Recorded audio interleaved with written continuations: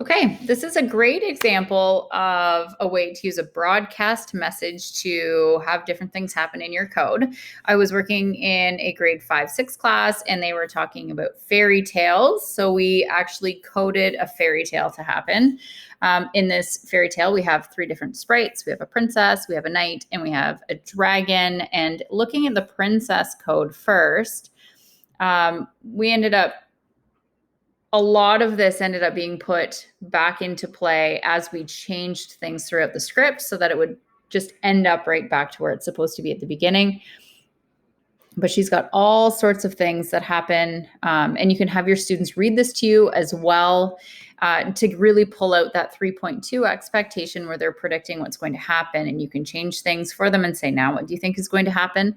But she shows up, the backdrop is set to this castle too, and her size gets set to her normal size. Her costume is switched to princess.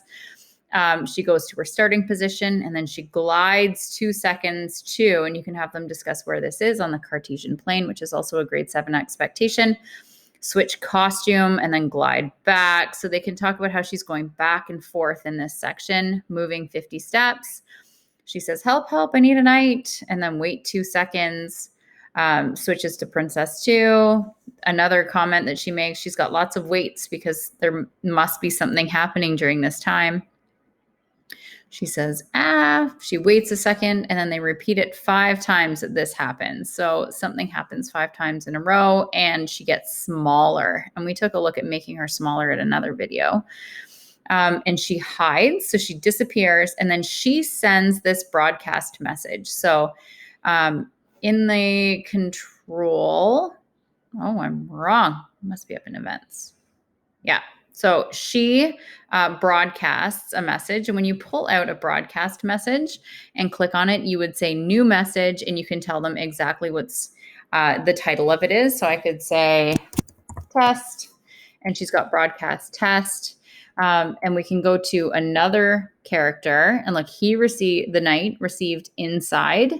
And you would just say, when I receive, so all these broadcast commands are together. When I receive, test, then we could say exactly what we want him to do when he hears that. But looking at his code, we're not ever going to use that. When the green flag is clicked, he's hidden. He's in his starting position. You can't see him right now because he's hidden. In his starting spot, he waits 6 seconds, and then he shows up and he'll say, I'm here, princess. What has happened? And he's got some code and activity that he does. And then the plot line of our story, we've got a dragon that's in here, and the dragon you can tell is hiding at the beginning. The dragon waits 10 seconds and shows up, and then it glides to a certain position. It says, I'm going to burn the castle down, but the dragon has nothing to do with the broadcast message yet. This was only a very short story that was started. So you can see she's pacing back and forth and help, help, I need a knight. So it's just a cute little animation of something that a class was working on. I might move them because those bubbles were outlined. So she's moving away. She's about to broadcast the message. There we go. And the knight received the message